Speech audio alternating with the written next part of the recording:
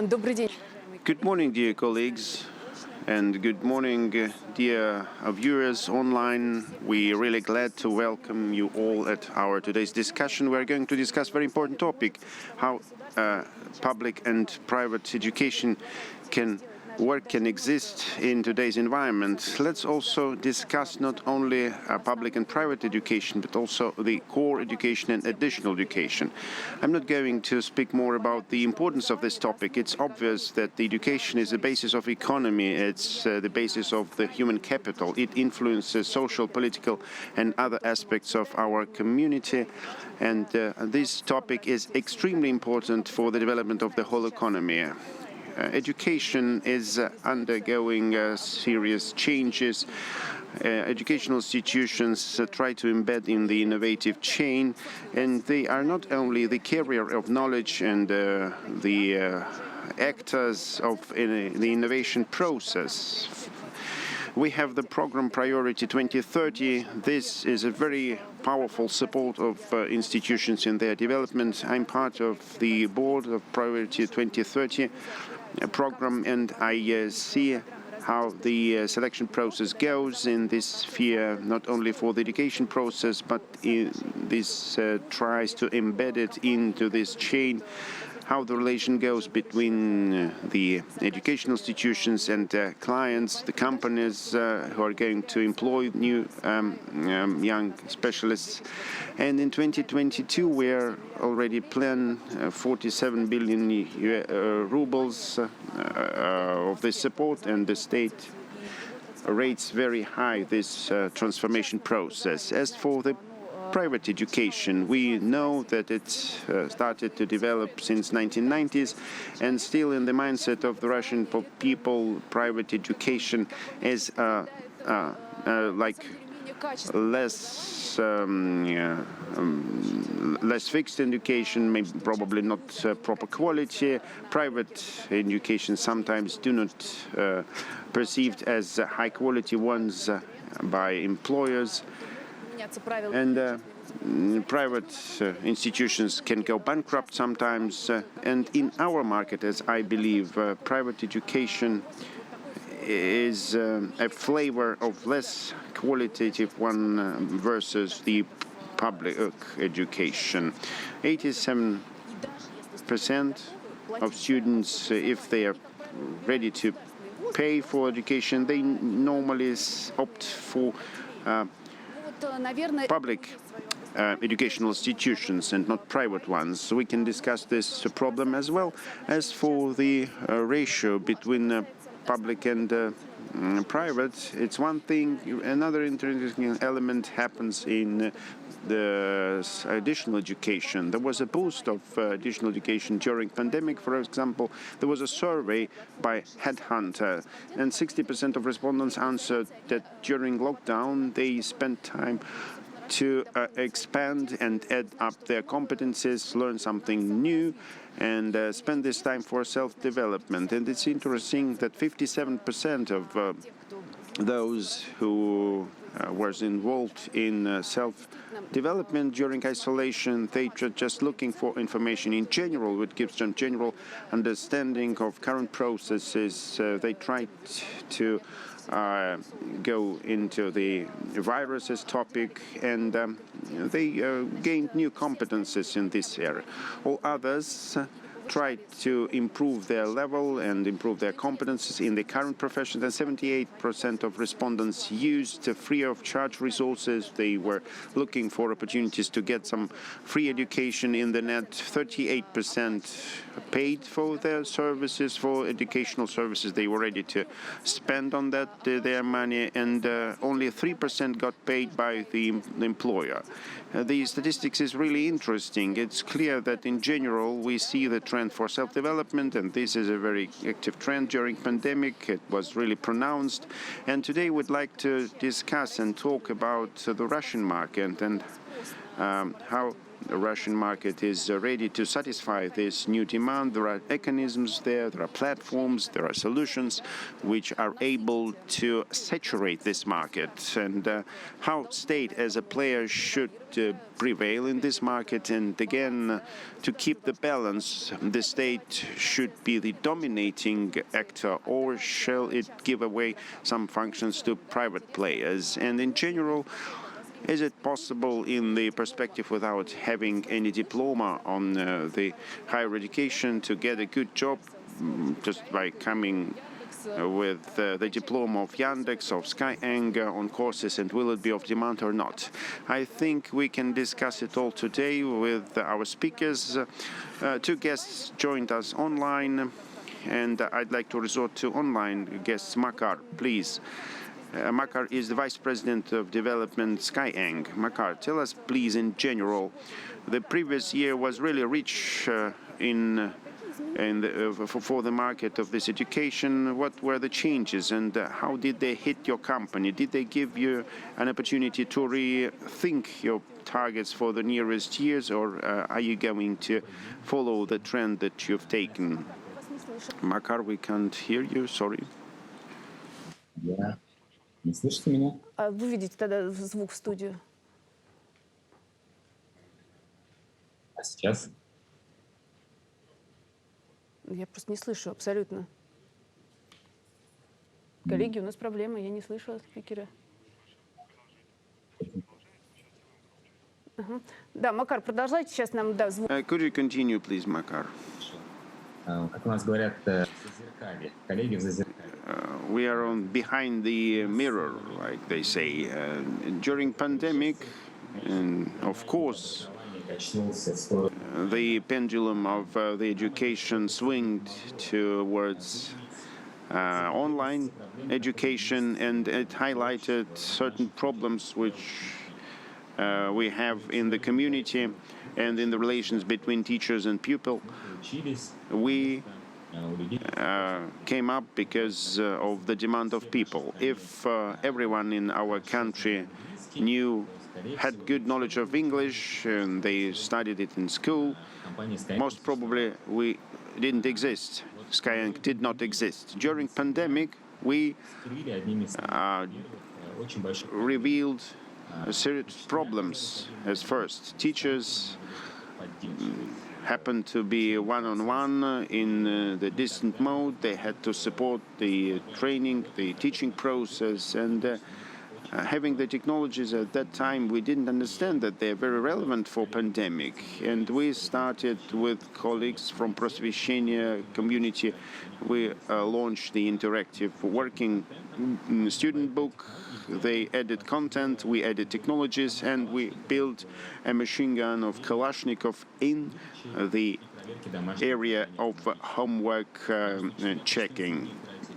Teachers spent 14 hours, up to 14 hours, for verifying homeworks and correcting it, and we received a lot of feedback and messages in our web chat, in our chat box.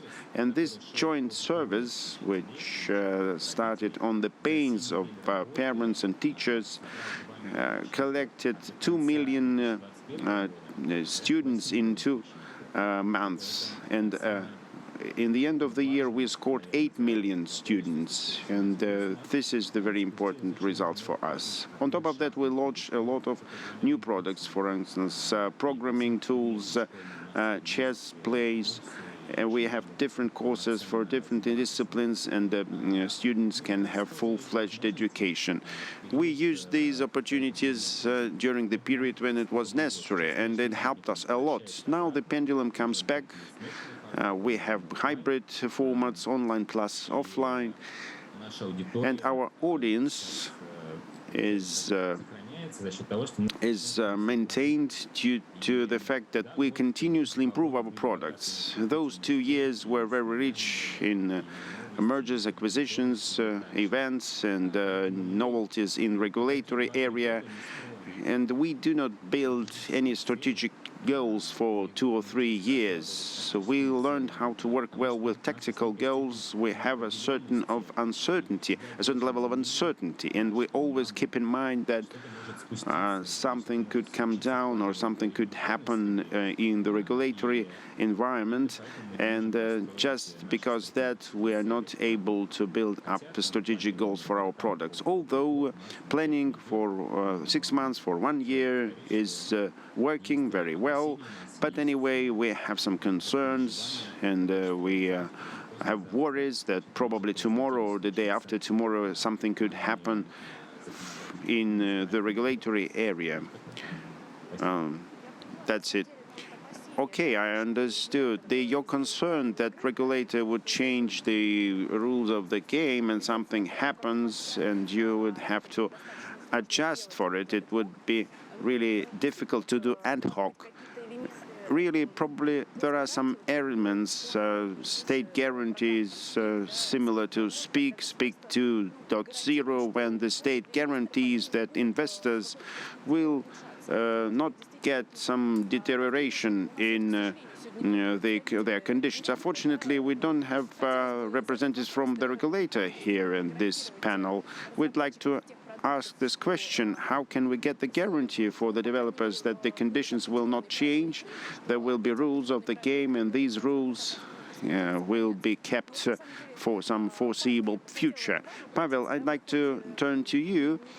You are not a regulator, but nevertheless you are the vice president for the development of Prosveshchenie group of companies, and in the nearest past you were representing a regulator. You have your company, your community, your group is a systematic group, and we followed your last year your merger with WebRF, with FFPE, with Sber. You have a very big ecosystem. You can enjoy digital resources of Sber and financial resources of Web, and you can use mechanisms of RFPE Foundation. As a systematic player setting up the pace and representative of the regulator, can you answer our question? How can we make this market comfortable for developers to make sure that those products being implemented now be regulated by transparent rules, and these rules should not deteriorate with time? Thank you very much, Natalya. Good morning, dear friends. Thank you very much for your invitation. Look, it's really difficult for me, without being a representative or regulator, to answer certain questions and be responsible for certain things point out by Makar, but the topic is really pressing, really interesting now, and the concern of Makar and colleagues from EdTech is clear on one hand, but on the other hand it's a little bit excessive.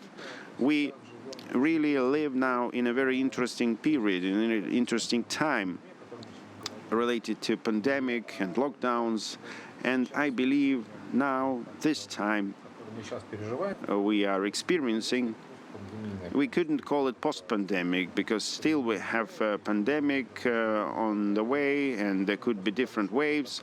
And after the shock the whole world in economics experienced previously in the previous years, when everyone faced the first wave, we didn't know what to do about it at all. Now we are in a period of digesting it and analyzing and fine-tuning and rethinking of the whole system.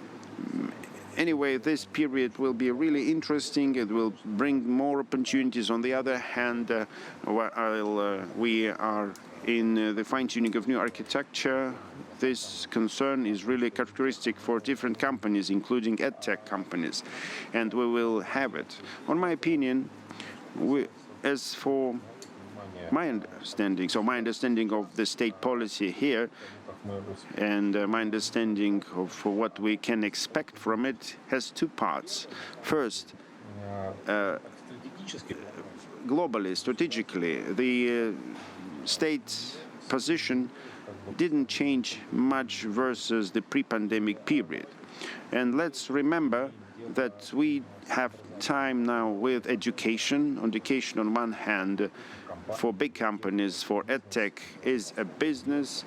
We mentioned the word investors, investment climate, and so on.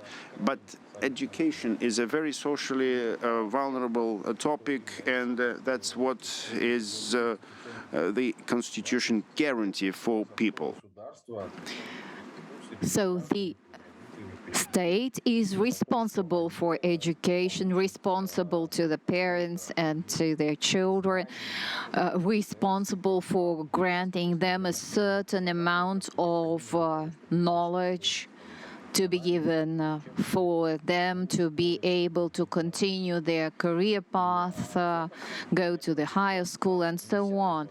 And since the state is responsible for the basic education, all participants of the process as well have responsibility, but a different level responsibility. Even though we are talking about the quality of services provided, but still the responsibility of other stakeholders is lower.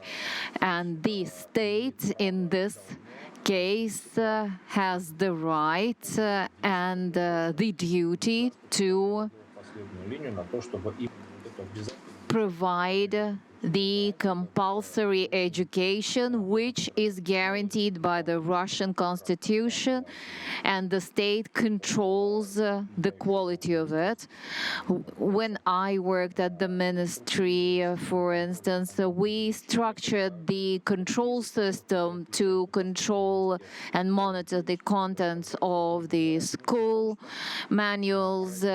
And I mean that the parents and their children should understand that if they receive certain knowledge in the framework of compulsory education, if they receive some educational products, these products, this education will help children go further and go to higher school. I mean, the parents should understand that the basic knowledge their children receive will help these children to pass the single state exam, for instance, and the like. I remember Gaidar Forum of 2019, for instance, 3 years ago. All of us discussed the digitalization, the digital education as our future. And those of us who were talking about this digital education, they were perceived as dreamers. But that was only 3 years ago, and look how life has changed. But now we understand that digitalization of education gives us new opportunities we have to live with, we have to get used to. The state is trying to redesign the control system to control the quality and contents of education in a digitalized format. We are talking also about continuing education or private education in context of continuing education. All this gives us very good opportunities for synergy between the public and private education. Talking about synergy, should the state control the continuing education, supplementary education? Should the state standards apply also to developers of non-compulsory education content?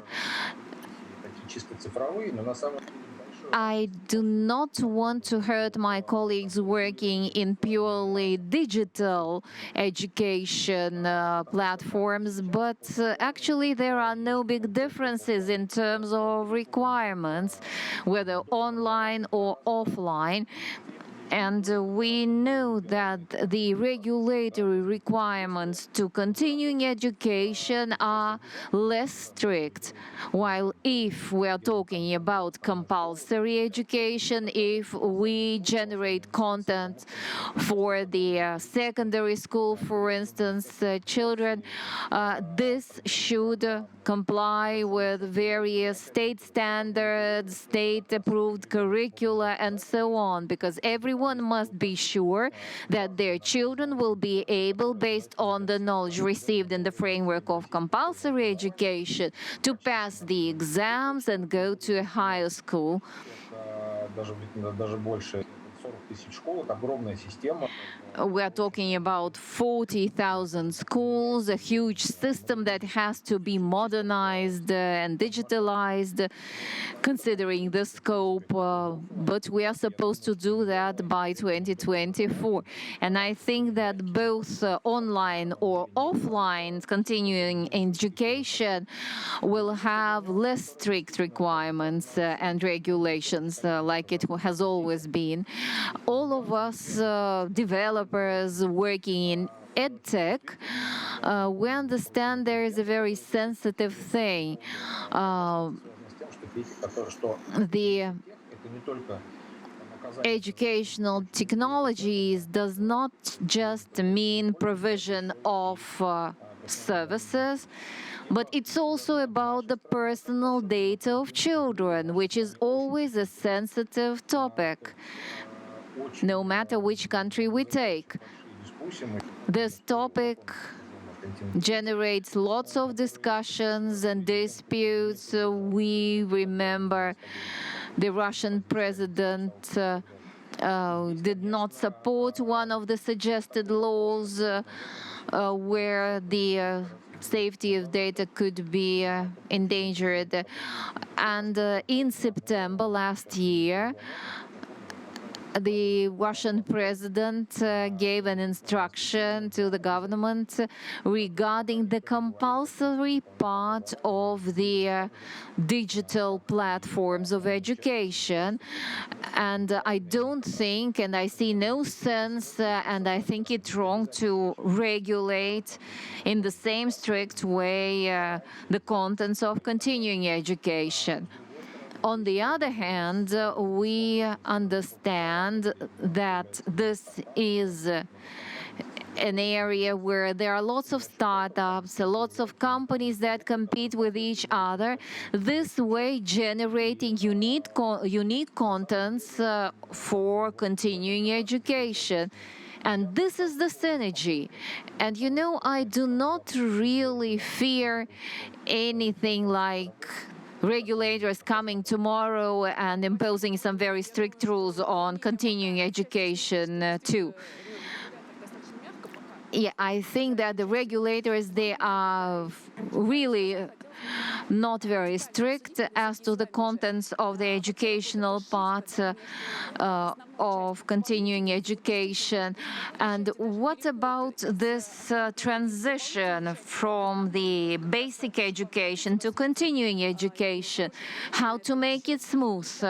How to organize it properly? Let's discuss some examples. And by the way, Pavel brought up the topic of data protection. Let's also discuss it, because now we understand that there is a huge amount of big data which are being collected and generated. Who is the beneficiary of big data? What's the policy in terms of disclosure of big data, and so on. So let me ask this question to Sergey Mardanov, Director for Liaison with Universities of VKontakte social media. If we remember, there was a platform, educational platform, where all those who have some educational content could upload their content to that platform. This is how it started. Now, you already have 2.5 million children connected to this educational platform. And talking about this transition and switch from basic education to continuing supplementary education, now you have the new year with Marusia. For instance, in 2022 contest, where the Ministry of Education participates. And on the other side, you have Sferu platform and Ocheru, which means that you are implementing these technologies in the basic educational process. Tell me, What about examples of a good synergy and perfect transition from basic to continuing education? You are right. In the Vkontakte system, we have a lot of various educational products for basic education, professional education. We have lots of platforms teaching people, giving them training in a large number of specialties and professions. And there are also educational platforms training school children and secondary school students, getting them prepared for the school exams.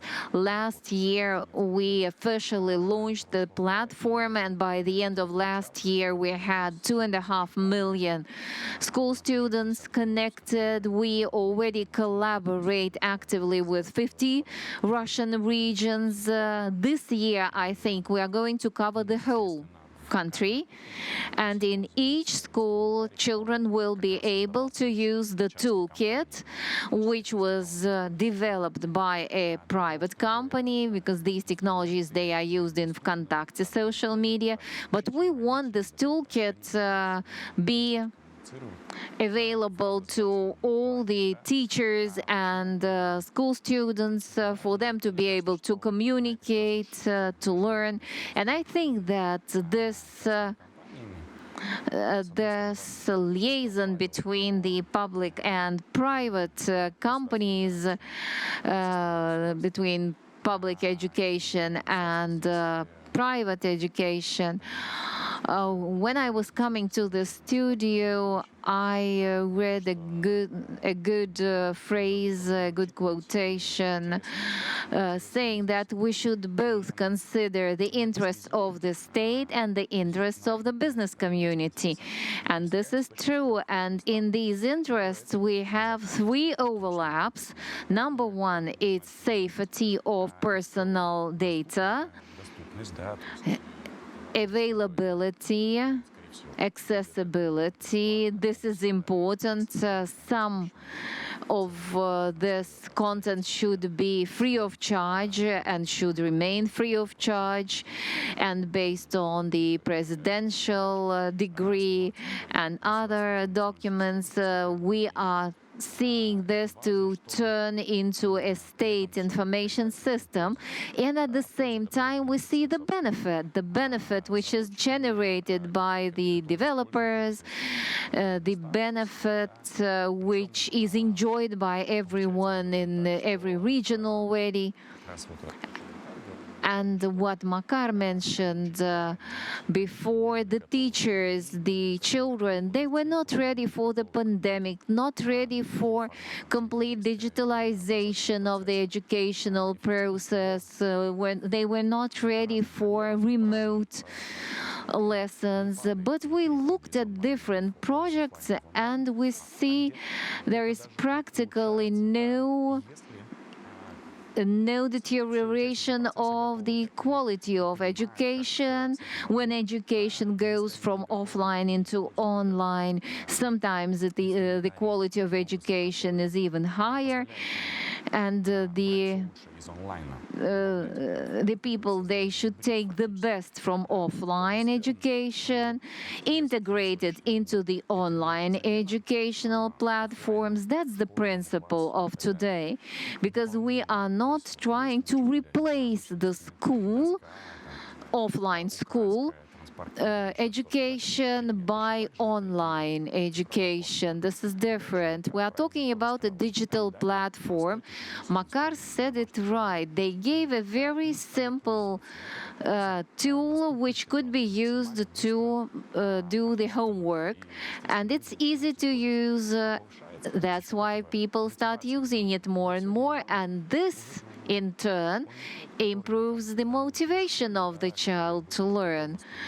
because children are different now. In the past, children, they could only understand offline education. When I went to school some 20 years ago, I too had some remote education. I was graduating from the secondary school in parallel to the basic education school. I was graduating from school in online format. But today we see that the child's motivation is higher because he uses this new trendy tool. A child has a gadget. Every child now has a gadget. Every child is now used to the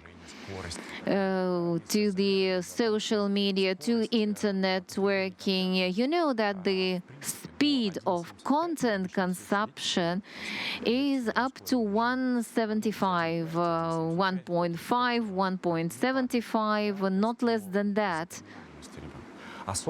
And children can memorize what they see, especially if they watch it twice. For instance, once in the educational process throughout the year and then before the exams.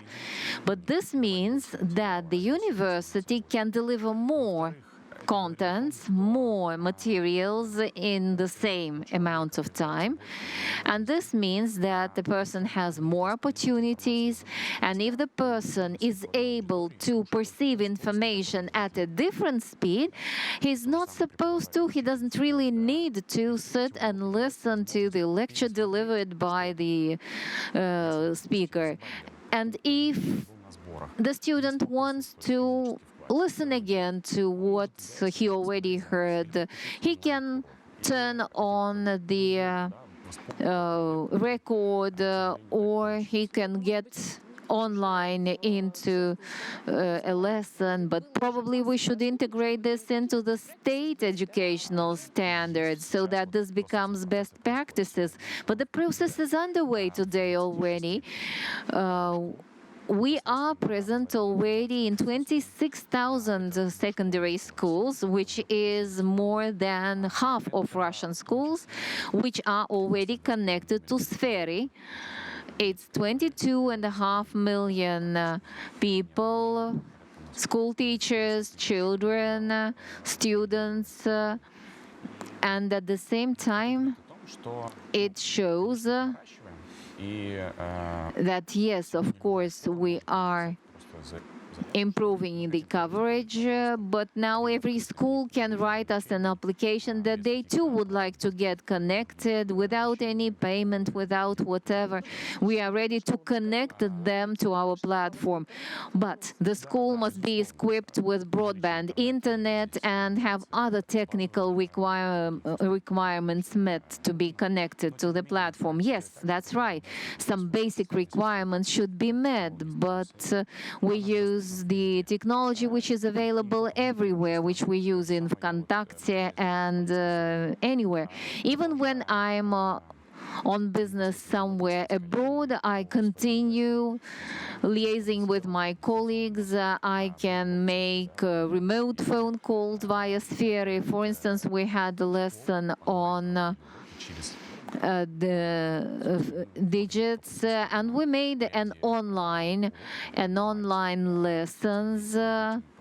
We were giving children a special lesson for the children, which are students of the Russian language school in Malta. And we have lots of examples like this. This means that if we start with an instrument, with a tool, which is good for whatever, not just teaching, but also for other things, for us, what matters is that it does not replace Zoom. It incorporates different types of information sharing. We know that in the past there were practically no school chats before we launched our information channel and Sferi application.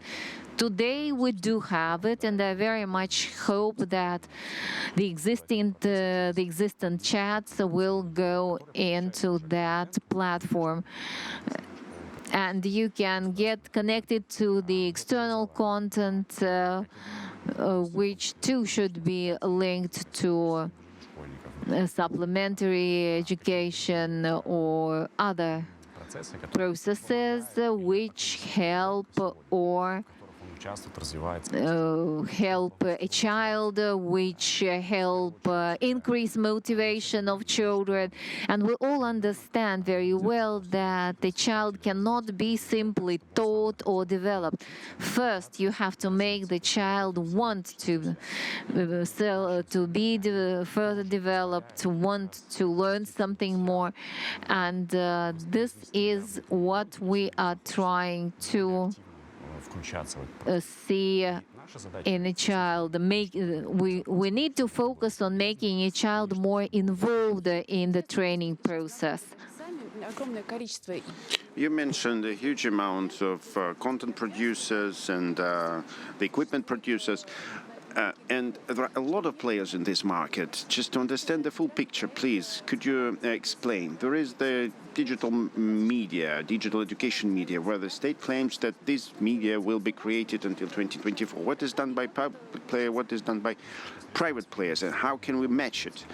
We, as private companies, VK and Rostelecom, we together launched this initiative, and we provide a product, we develop a product, we implement it. We have teachers who coach school teachers. We work with regions, we support regions, school administrators. We carry out different activities of a marketing nature.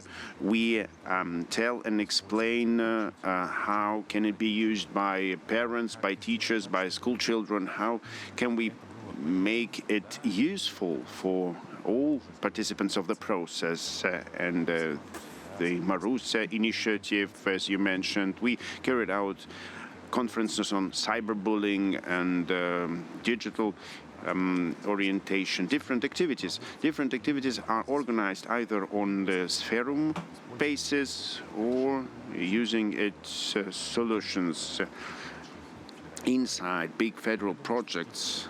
And I think there will be more initiatives of this kind. A lot of external players, not us, but also external organizations are involved here and are being involved. Also our competitors, even our competitors, our colleagues from Yandex,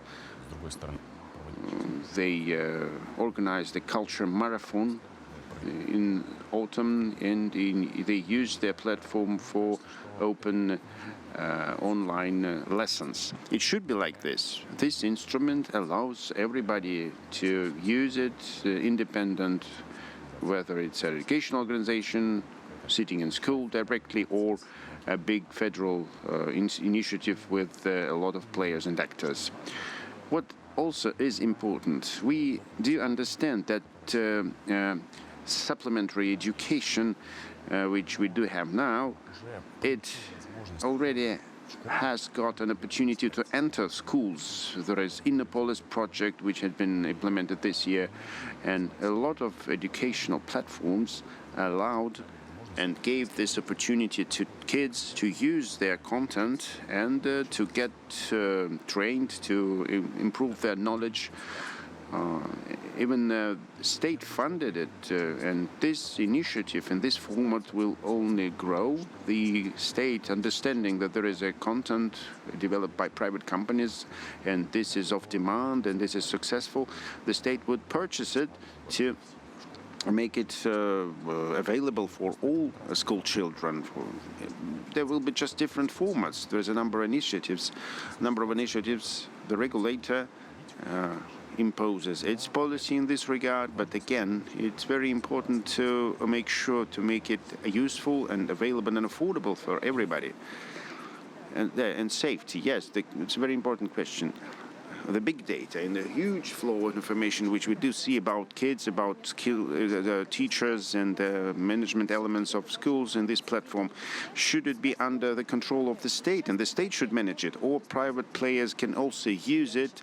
Well, probably I'm fantasizing, but they can sell it to companies who are dealing with artificial intelligence for their topics. There are three basic models of handling personal data. Chinese model, when everything belongs to the state, all states are owned by the state. American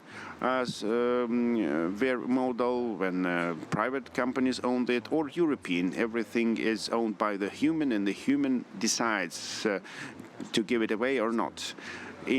For the moment, our state has a balance, tries to find a balance between all those models, and we cannot see what is the strongest part, but we take into account best practices from all sides.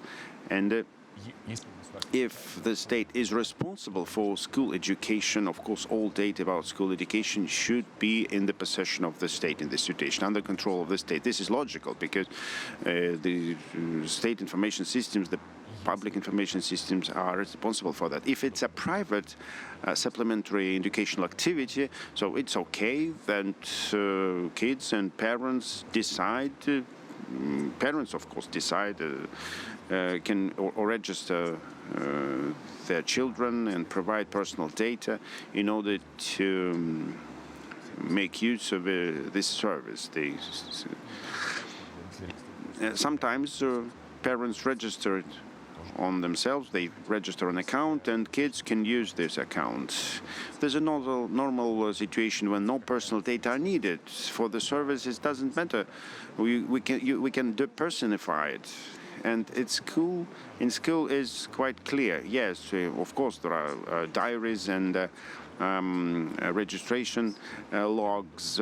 Well, they should be personified, and we have already integration schemes with some of these tools. This is to the question that if Sferum becomes a state information system, everything is clear. Personal data, state is controlling it, and that's okay. But for the moment, it didn't happen, and we do use this scheme that was available for us.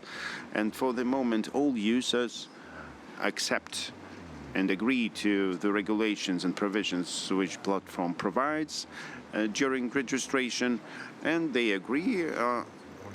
And now we have the role of the parent who would confirm this format for the kid, and in this way there's no violation there.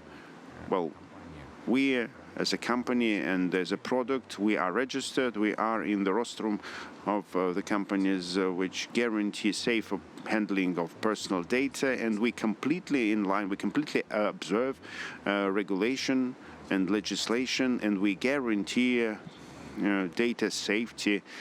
We are very, very careful about this. We really understand that this is important to keep the data safe, not only in one product, but in all products we as VK do. We have millions of users, and for us it is very important to make sure that they feel safe. We do our best to educate our users two-factor registration, not to make very simple password 12345 or something. It is important because data leakage happens due to that. Do not read letters, do not open any attachments which are in spam. These are basic hygienic things we should educate users with. And we try to organize a lot of activities in order to repeat again and again to kids, to parents, school children. So they should understand that the safety is an integral part of hygiene, like brushing teeth in the morning, or like using the traffic light when you cross the street. In the same way, it is important that you should distinguish fake news from normal messages, spam messages from unsafe messages. Well, these are basic things. Yes, we can call it digital hygiene, understanding how properly handle data from the user side. It is very important. Pavel, you touched upon a very important topic, and well, a huge discussion part goes to it. I wanted to stop on it a little bit and focus on it a little bit in a different context. Since we are discussing players of EdTech markets of the Russian state, but let's try to have a global picture. I do understand that we have unique developments which could be of demand on competitive Western markets. And what Sergey mentions, the issue of safety, is so critical, the technology is so critical that Western players will not let our developers to their market and vice versa. For us, when Western developers come of platform solutions or content is a vulnerable topic for us, right? Also proceeding from the fact that it envisages disclosure of personal data. How competitive we are, and is it really worth it to discuss competitiveness if we mention critical technologies? Так, а у нас опять... Можно звук? Да, звук можно включить? Да, Павел, у вас на вашей... Yes, please, Pavel, continue. Look, thanks for this interesting question. We, Russia, we are a very big country. We have a big community, and of course, when we always discuss these important things, we should make sure that we are at the same page and match our positions with other countries. You're absolutely right. Of course, the issue we are discussing today, and in general, education issues, safety and cyber security issue is a very vulnerable topic. And in the regulation of the second question, a lot of decisions were made in the recent years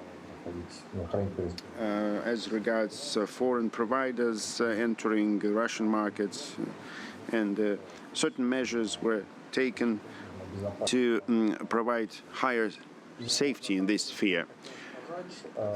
What else I wanted to add, and probably colleagues would correct me, Makar and Sergey, what we're discussing today, it is very pleasant to hear and listen to, because really we should admit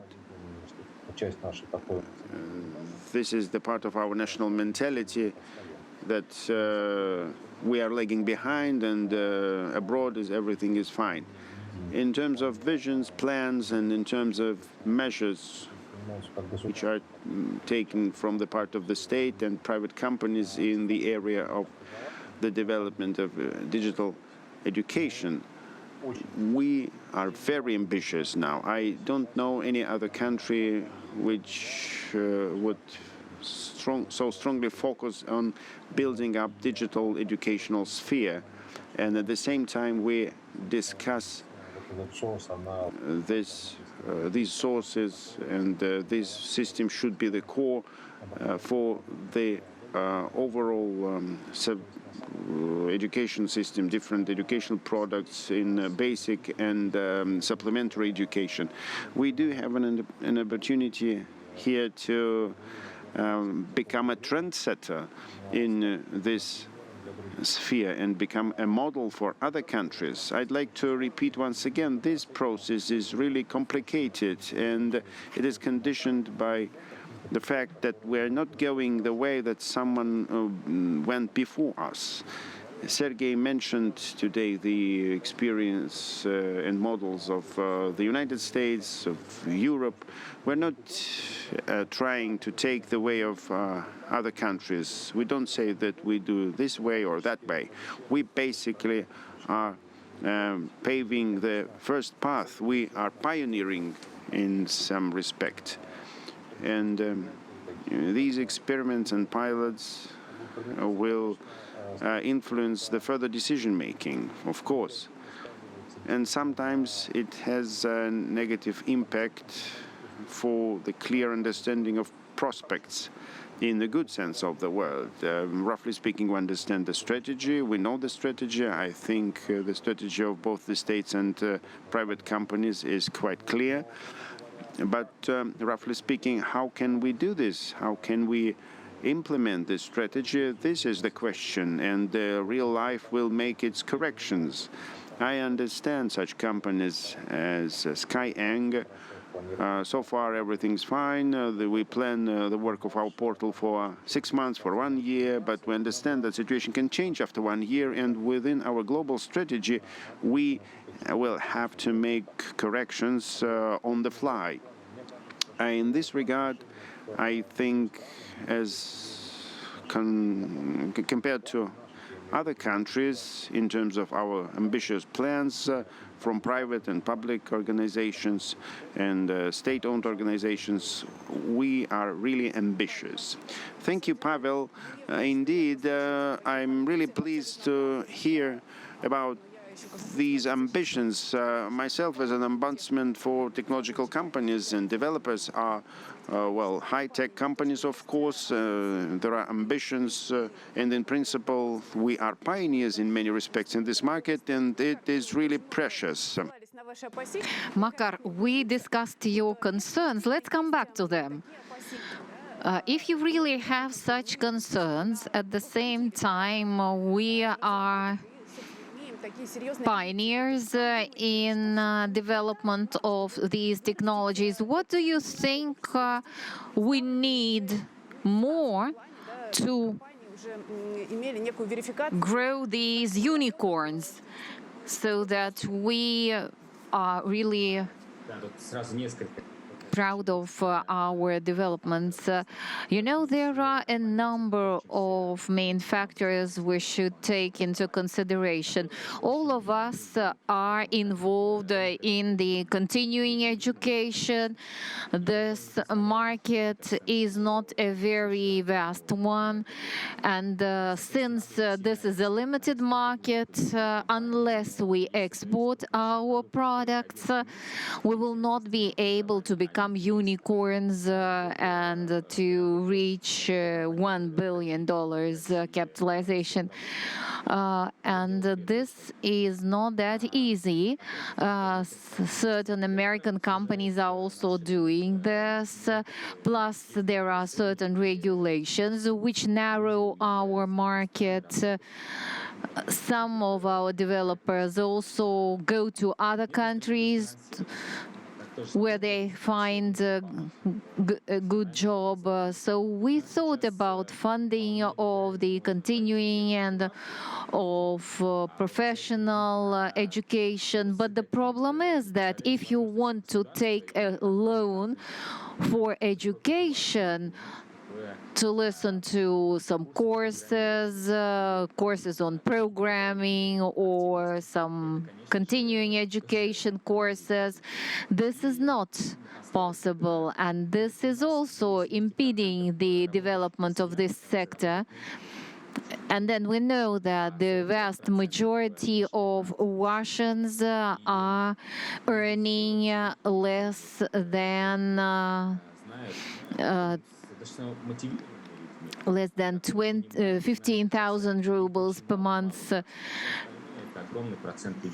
And there are people who can afford much, but the vast majority, consisting of a lot of talented people, but not very motivated because they do not believe education is accessible to everyone. And if we could help people to increase their well-being, increase their salary, find a better job due to education, supplementary education like programming courses or whatever, this could be a good thing. But yet we have these factors that impede the birth of a unicorn in our sector of educational technologies. I also very much hope that this will happen one day soon. Makar was talking about the narrowness of the Russian market in terms of possibilities to grow into a unicorn. But of course, we need first to make young people believe in entrepreneurship, in entrepreneurial path, and then it will be easier to give birth to such unicorns. But we perfectly know that a company in its development, it has to find the right balance between the public and the private sector. The state is a regulator and is a major player, and in certain contexts it is the monopolist. On the one hand, companies, they know that there is a state sector and it's a monopolistic area. On the other hand, companies are not going to be companies, they do not want to act on their own, and if they want to go the whole way to become a unicorn, do you think there is a recipe to become one? Are there any tips and tricks of how to become a unicorn? I think this is a problem of any startup, both in Russia or worldwide. The question is, how can we grow? Usually you grow due to the investment you attract. And looking at the investors base able to invest into something, in Russia we don't have enough. Yes, of course, in educational technologies, we are among the largest players in deals in educational technologies. But like we already discussed today, of course, content procurement is one of the tasks, and you have to design a certain boost, and you have to achieve a certain boost in order to be able to redesign the market. Makar said that the market is a limited one,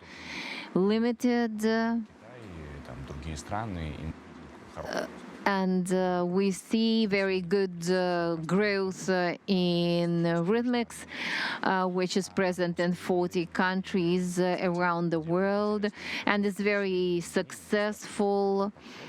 It makes very interesting decisions, also affecting the state approaches and decisions. Now it's available in Azerbaijan, and I think that this is a very interesting experience when our companies export their products, and on the other hand, they can import the solution.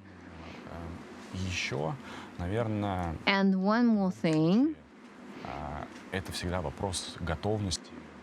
It's always the question of whether the audience itself is ready to assimilate, to adapt to the new technologies. Because we discussed the educational technologies some 3 years ago, like one of the speakers mentioned, and 3 years ago we could not imagine how life will change, while now you see that education is very much online, in Zoom, in Skype, and so on. And in the pandemic times, everyone 100% started using it. And even now, when we go back to offline, we still continue using the remote technologies. Just imagine 3 years ago, getting connected, being a foreign speaker and getting connected to a conference which is going online, it's not always easy. And now we have more possibilities to communicate and we have more access to more platforms, and this means that we can expect new players to produce new solutions to provide all we need in the context of the educational process. And of course, you have to be ready to invest a lot, because any IT solution, any IT product is expensive to produce. We understand that, for instance, education in Russian, we compete with each other inside the country.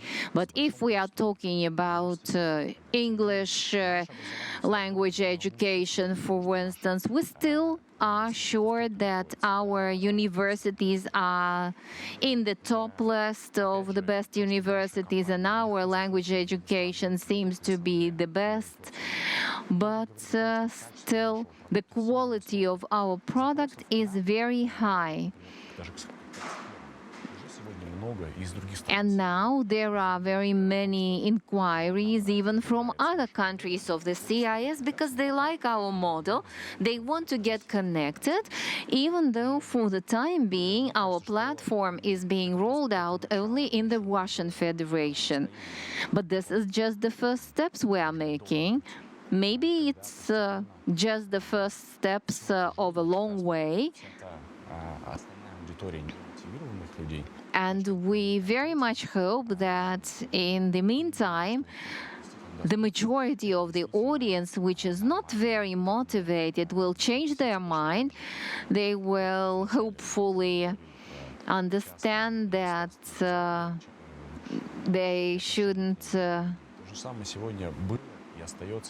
despise other types of education. And we know that there is still a large audience which work this way, and if we show more that the online education is available, is accessible, even more interesting in a certain way, and giving more opportunities, it's more available to those who live remotely. It's a very good solution for those who want to grow, to achieve professional growth. And this way, we will even enhance the human capital, because today all of us suffer because we did not get the request from the users. Again, it's a matter of changing the mindset, changing the perception of the system. And I think that in the near future, we will see unicorns born in educational technologies, in other new high technology areas.